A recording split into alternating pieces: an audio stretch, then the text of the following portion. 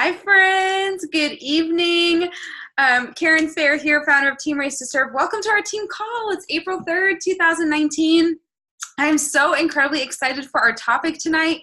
Now that we're going to weekly calls together and weekly team calls, I'm, really coming to the Lord a lot for content because I'm so used to like every other week, but it's been so nice to be able to see you guys on a weekly basis. And even if some of those times and some of those meetings are primarily Q&A, but tonight, initially speaking, we were just going to do a discussion around recruiting. So like building your teams, how do you transition challengers into coaches, that whole process. And as I was getting that content together, I really felt like I needed to start somewhere totally different first, and it was mindset. So we're going to go right ahead. We're going to dive in. I hope you brought pen and paper and an open heart, because this isn't just going to be a skillful discussion with like what you do with your hands. It's going to be a pretty big heart discussion in your mind. And so just get ready for that. So I'm going to go ahead and share my screen. We'll get this started. Okay. I'm not sure who's texting me, but okay. So let's dive right in. So your mindset matters. This is something that I learned really early on in my business. And I really felt the need for us to have a much deeper discussion around this tonight before we even touch recruiting. Because if I'm honest, I bet there are some of you that are completely uncomfortable with the subject of recruiting. Either you're a brand new coach and you don't even have challengers, so the idea of building your team and sponsoring new coaches terrifies you, or you've been around for a while, but quite honestly, you've become kind of complacent in this business and you just don't see the team being something that you want to build and be intentional with. So something that I feel like I really had to zone in on from the very beginning of my business was my mindset. And less on my skill set, believe it or not. Like a lot of times when I'm working with new coaches, it's less about just developing their skills and more about paying attention to what's happening in their mind. Do they really believe that God wants to use this platform and work in them and through them? Do they believe that they can make an impact here? Do they believe that they can grow, that they can learn, that they can fail forward? And having that mindset of a business manager, right? Like, yeah, we know the CEO mindset. That is an important mindset to have, but I also really want you to have the mindset of a business manager, because the owner is always the Lord. He owns the Beachbody business. He owns the profits. He already, like, the people are his, but we get to be managers. We are the facilitators. And so ultimately we have to steward what we have well. But having that mindset of a business manager is really different, right? Like the whole CEO versus employee mindset, I think what really started to click for me personally in my business was when I stopped treating it like a hobby and I stopped treating it like an employee and really accepted the position of a business manager, where I had to show up and really commit to the activities as such.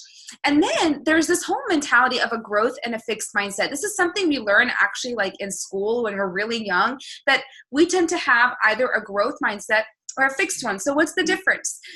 Generally speaking, a growth mindset is one, oh, it went back already, but a growth mindset is one that you believe that you can learn, you can grow, you can change, you can develop new skills. It's not fixed as like rigid. I am who I am. I will always be this way. Whatever little limited talent I have is what I'll always have. It's fixed. That's it. It is what I have. There's nothing that can go beyond it. And so why am I bringing this up tonight? Honestly, some of you have come into this business and maybe you have a fixed mindset. You say to me, Karen, I only know this much about social media. I only know this much when it comes to fitness. I've never been that passionate about fitness. This is all new to me. This is just a fixed mindset. There's no way for me to ever become tech savvy or even have a business mindset. Listen, business was never my strength. Even though I was a business minor in college, that can pretty much be a joke. I'm a very good saleswoman, and I've learned that from my father. I can sell something because I'm very persuasive. That's a gift. I know that. But when it comes to business, like numbers, the back office, it's a foreign language to me. And the first year and a half of my business, I had a very fixed mindset. Like, whatever, I am who I am. I don't care about that. Like, I just won't worry about it. And God really convicted me. Like, this is an area I need to grow and develop and stop being complacent with and comfortable with just being like, well, it's fixed. It is the way it is. And it's just going to stay here. So here's a good way to test where you're at. So I'm going to tell you which ones are which, because depending on what ones you answer, it will tell you which one you are. So people have a certain amount of intelligence and there isn't any way to change it. No matter who you are, there isn't much you can do to improve your basic abilities and personality. People are capable of changing who they are. You can learn new things and improve your intelligence. People either have particular talents or they don't. You can't just acquire talent for things like music, writing, art, athletics, throw in business in there for fun. Studying, working hard, and practicing new skills are all ways to develop new talents and abilities. So look at this list, right? If you tend to agree with statements 1, 2, and 5, you probably have a more fixed mindset. If you tend to agree with statements like 3, 4, and 6, you have a growth mindset. Where are you at tonight?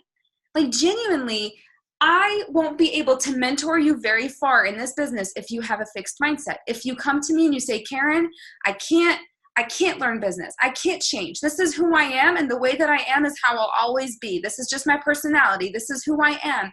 That fixed mindset, guys, like, not only does it limit you, it limits what God can do through you, because what the Holy Spirit gives us is boldness. Boldness. And He transforms us. So that whole line that says people are capable of changing who they are, guys, God is capable of changing who we are. But if we have a fixed mindset, not only does it limit what He can do, it limits the impact that you can have. And so this is the first place I want you to camp out in tonight. So then maybe your question is, well, if I have a fixed mindset, how do I change it to a growth mindset? It's time to leave your comfort zone. It's time to take one teeny tiny step outside of your limits and let God meet you there. So you tell me, Karen, I'm just somebody who, like, I don't know, I delay everything, or I have to overly learn everything before I begin. Okay, well, tomorrow I want you to apply one teeny tiny thing you learned in the last 7 months of your life. So like taking those active steps and surrendering that and telling yourself, I also really believe what you say to yourself matters. So if you keep saying, I am the way I am and I'll never change, okay, you won't. But if you say, God, like, you can change who I am. You can change my mindset. You can change my heart. You can equip me more than I ever think I can be equipped. So I give you my mind to change it and grow it and challenge it. And so this is really, really important. Now, let's go even deeper. Are you quick to disqualify yourself? We're about to have some serious real talk tonight, because Satan wants to disqualify you every second of every day. That you're not supposed to be here, that you can never have an impact with Team Beachbody, that you're not as healthy as a health fitness professional should be, that whatever. Maybe you still struggle with some food and nutrition things. Maybe you still struggle with discipline in your own health and fitness. So we're very quick to disqualify ourselves. Maybe you really do feel led to serve in this platform. Maybe you really do want to make an impact with other people and grow a real income and build a real business, but you don't feel qualified to be here. And maybe you've never verbalized that out loud. And just right now you're like, maybe that's why I'm dragging my feet, because I don't feel qualified. Let me encourage you, friend, because when I started this business in 2015, I was still overcoming a binge eating disorder. I did not feel one bit qualified. I didn't feel like I had it all together. I felt like I was going to be a complete fraud, but God opened the door and He said, green light. And I said, I'm ready, because I've been waiting for forever, but there was fear. I didn't feel equipped. And something that I've learned is that this business actually has very little to do with your own qualifications. And it has all the more to do with reaching the end of yourself. And that's when God can use you in the very best way. God's favorite strategy is this. Ready for a strategy? Your disqualifiers become God's qualifiers. And that's what He has done in my life. Your disqualifiers become his qualifiers. So I literally want you to sit down and list all the ways that you feel disqualified to be a Beachbody coach, all the ways that you feel disqualified to be a health and wellness advocate. And then on the other side, I want you to list all the ways that God is qualified to call you. Okay? How is he qualified to equip you? What does his word say? He doesn't need a strong, business savvy vessel. He just needs one that's available and humble to be used by him. So ask yourself, what is my point of disqualification and how can I allow God to use it? Because I think our disqualifications delay our obedience. We often delay. We say we aren't ready. I need to learn more. I need to grow more. I need to be at my very best. I need to lose more weight. I need to not jump into anything before I've done all my homework with this business. We delay, because we want to feel more qualified to be in the position that we've been put in, when it has very little to do with your qualifications. Was Peter qualified to become a disciple again after denying Jesus 3 times? No, he wasn't. Was Paul qualified to become Paul after Saul? No, he wasn't. It has nothing to do with your qualifications and everything to do with God's grace and his sovereignty and his authority. So if he chooses to call you, you're here. If you're a coach here tonight, you felt a tug from the Lord to say yes, to be someone who influences people, to make a change from the inside out. And so you continuing to allow yourself to disqualify yourself limits those potential blessings. And yes, they take a long time to come, but when they come, it is worth the journey. When God says go, we go. Delayed obedience is still disobedience. So just remember that tonight. When God chooses you, he equips you every single time.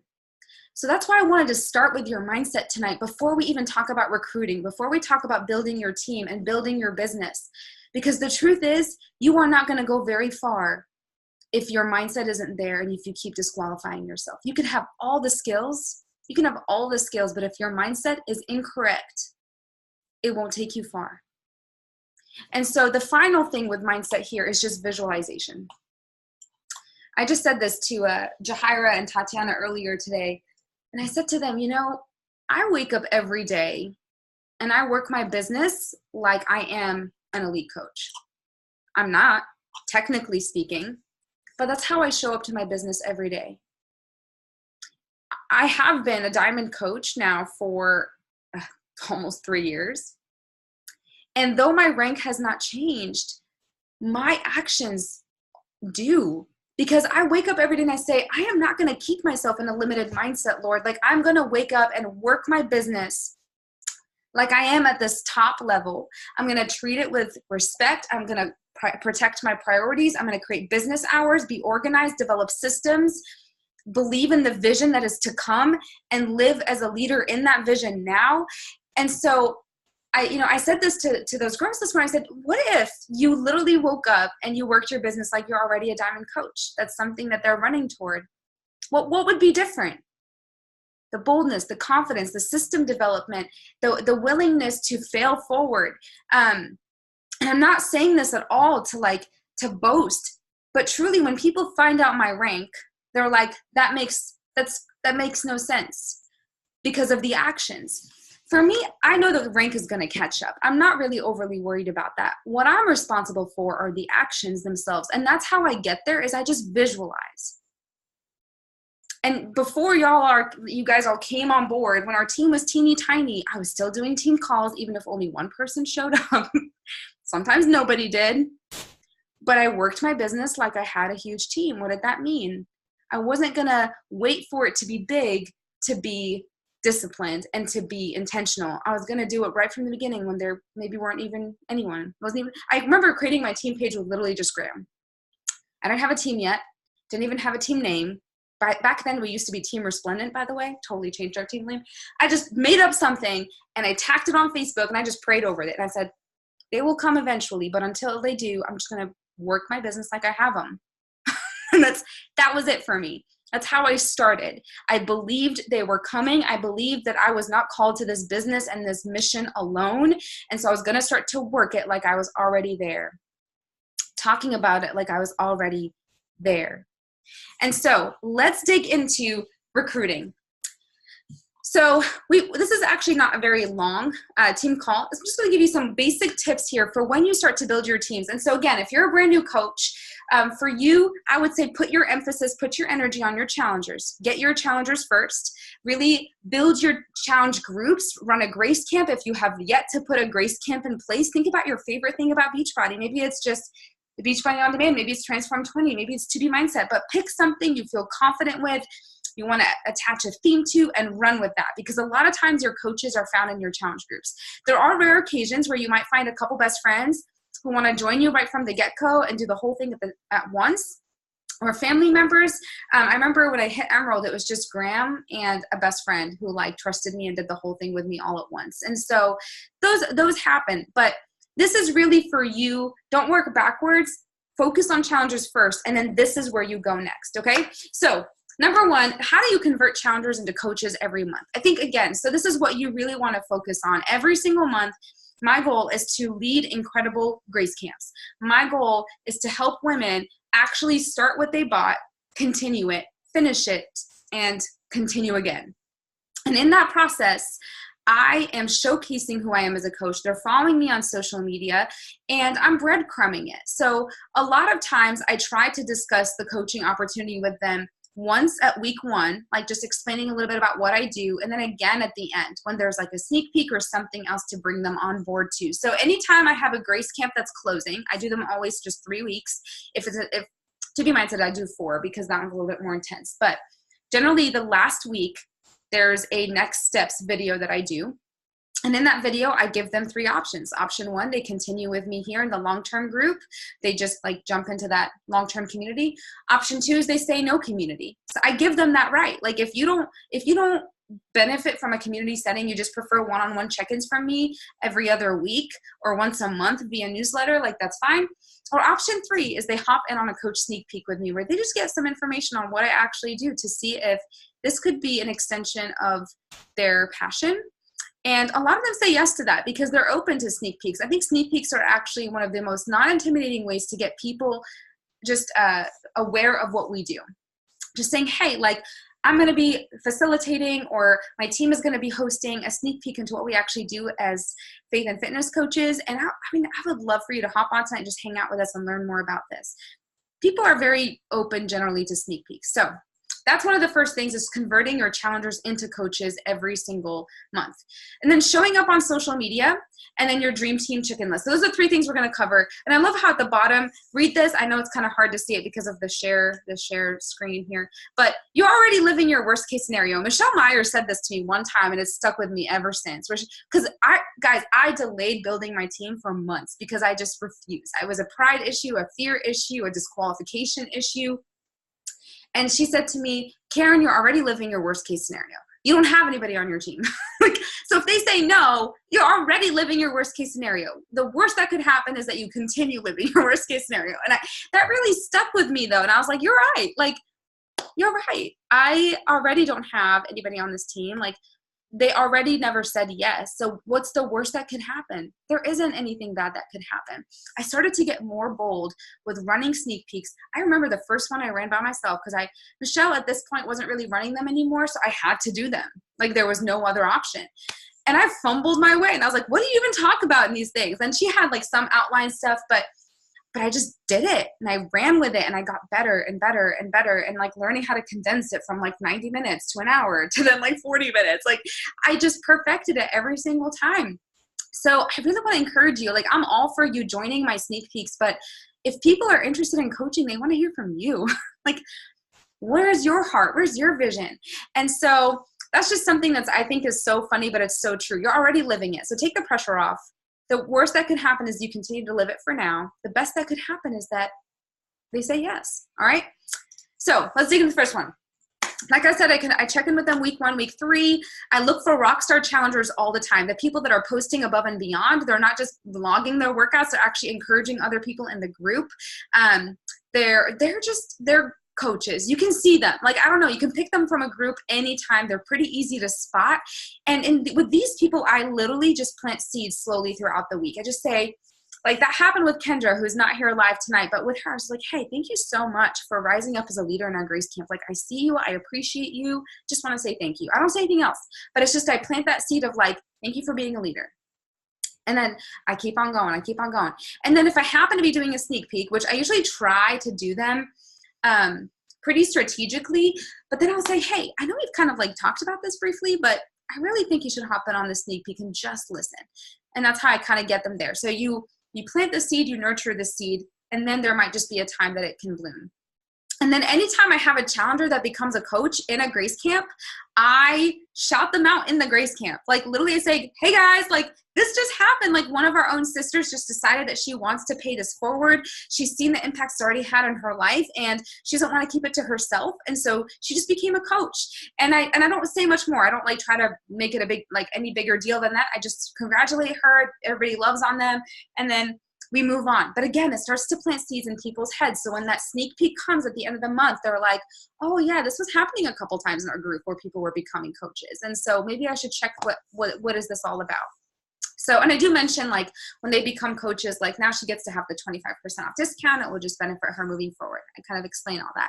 So this is a huge element. And that's why I'm saying for the new coaches here tonight, you don't need to work backward. But what I am going to challenge you to do is, are you being consistent with getting challengers and building your Grace Camps? Because I think for me, where momentum really grew to building my team was because of my consistency, tenacity, and dedication to building my Grace Camps and showing testimonies of my Grace Camps and really highlighting them. Like when I'm running them, I don't just keep it hidden. I show people what we're talking about. I show people their success stories. I ask them for it. You know, the more I really grew the respect and the trust and the credibility with my Grace Camps, that's when the door started to flood open with coaches because they just believed in it and they became coaches. And so don't work it backward, but ask yourself honestly, am I dedicated, consistently doing the business activity tracker, consistently inviting to Grace Camps, running Grace Camps, creating atmospheres where people can potentially also become coaches?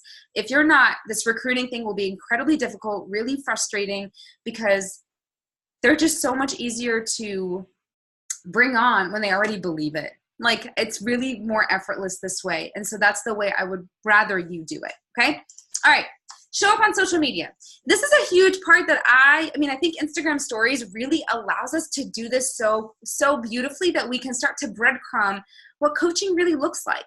So where I see a lot of coaches make mistakes is they breadcrumb their own health and fitness journey, maybe their challenge groups, but never the business. And so what people see is that, oh, cool, Karen's on a health and fitness journey. Oh, cool, she runs groups here and there.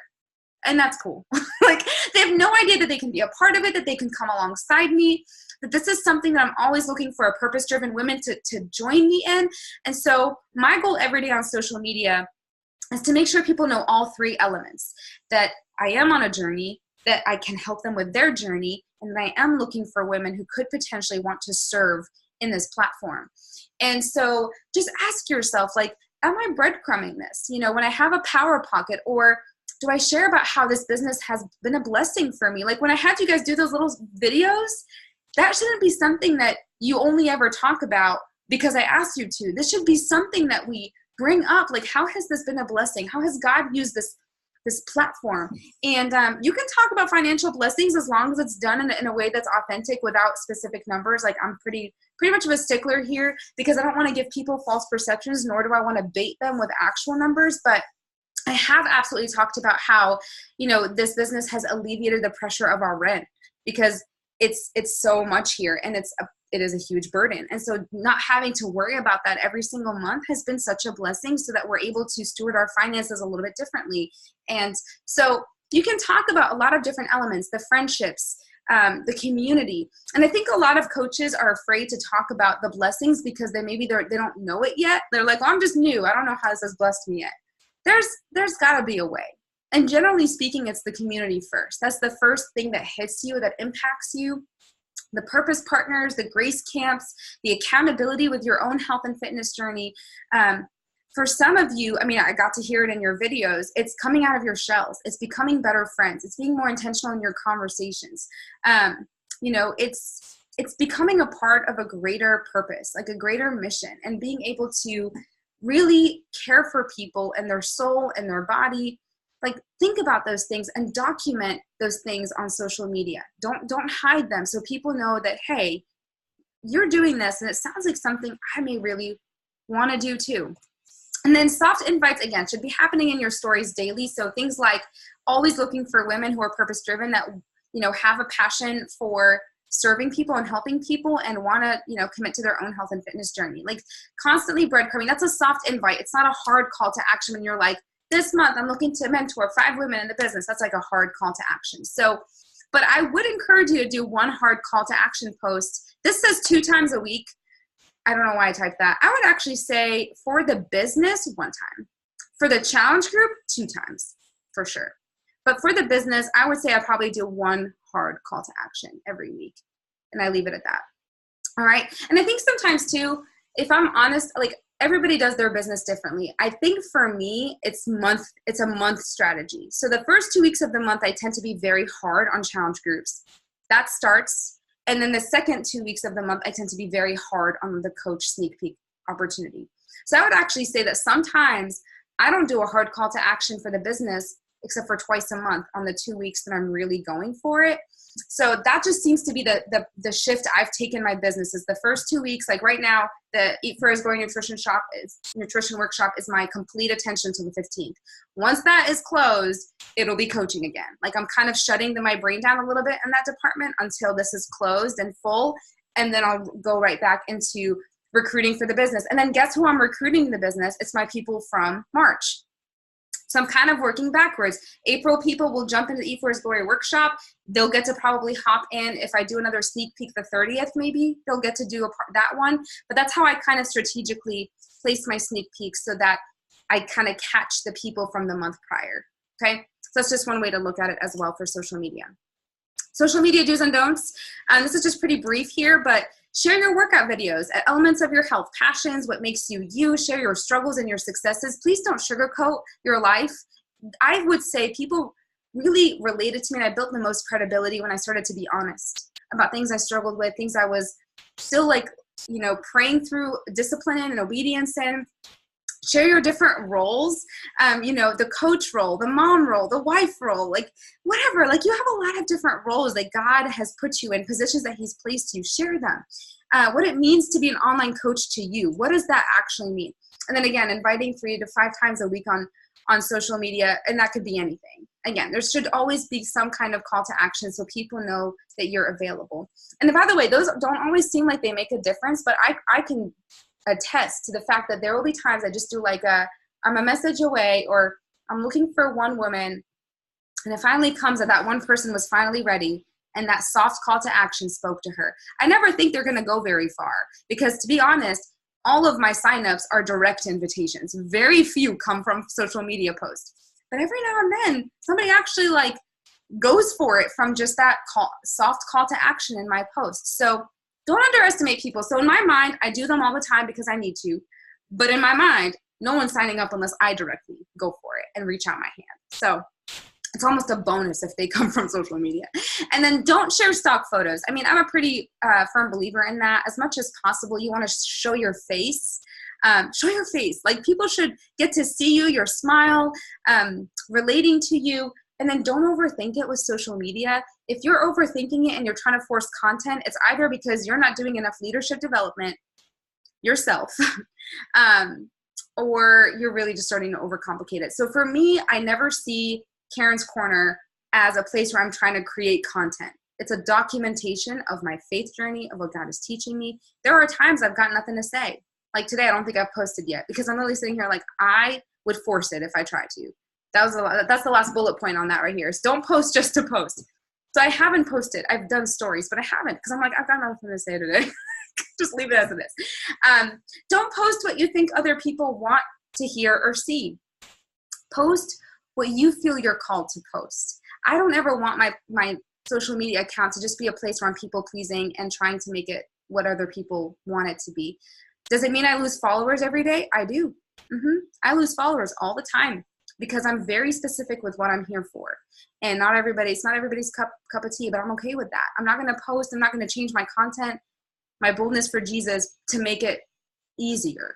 I think, who was it? Michelle says, I don't want to share a gospel that sells. I want to share a gospel that saves, right? That's like, preach, Michelle. And so, and then go beyond the sweaty selfies, guys. Like, as great as those are, I really feel like I never post sweaty selfies anymore on posts, like regular posts. It's just, unless I have a great message attached to it, I will, but I want to go beyond that. I want to take them deeper. They can see my sweaty selfie on stories, but when it comes to the hard content, I want to take them deeper with me than just surface level. And then blurry, dark photos. I mean, here's the thing.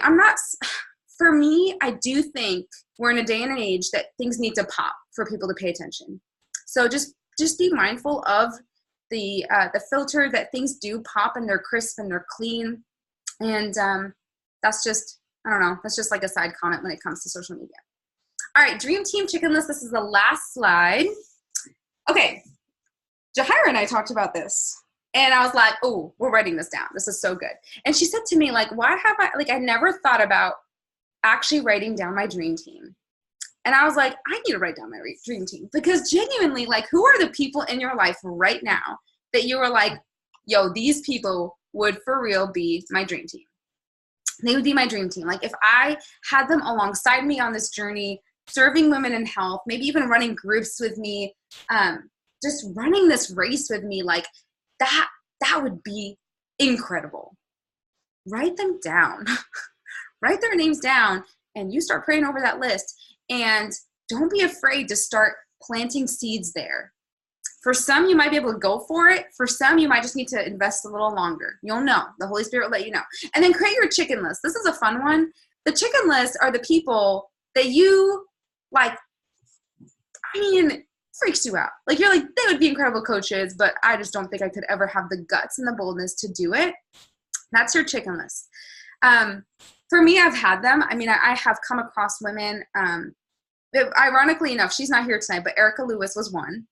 Total chicken list. I was like, this girl, man, like, fire for Jesus, fire for people, fire for health. Like, she's everything I wanted to coach and more.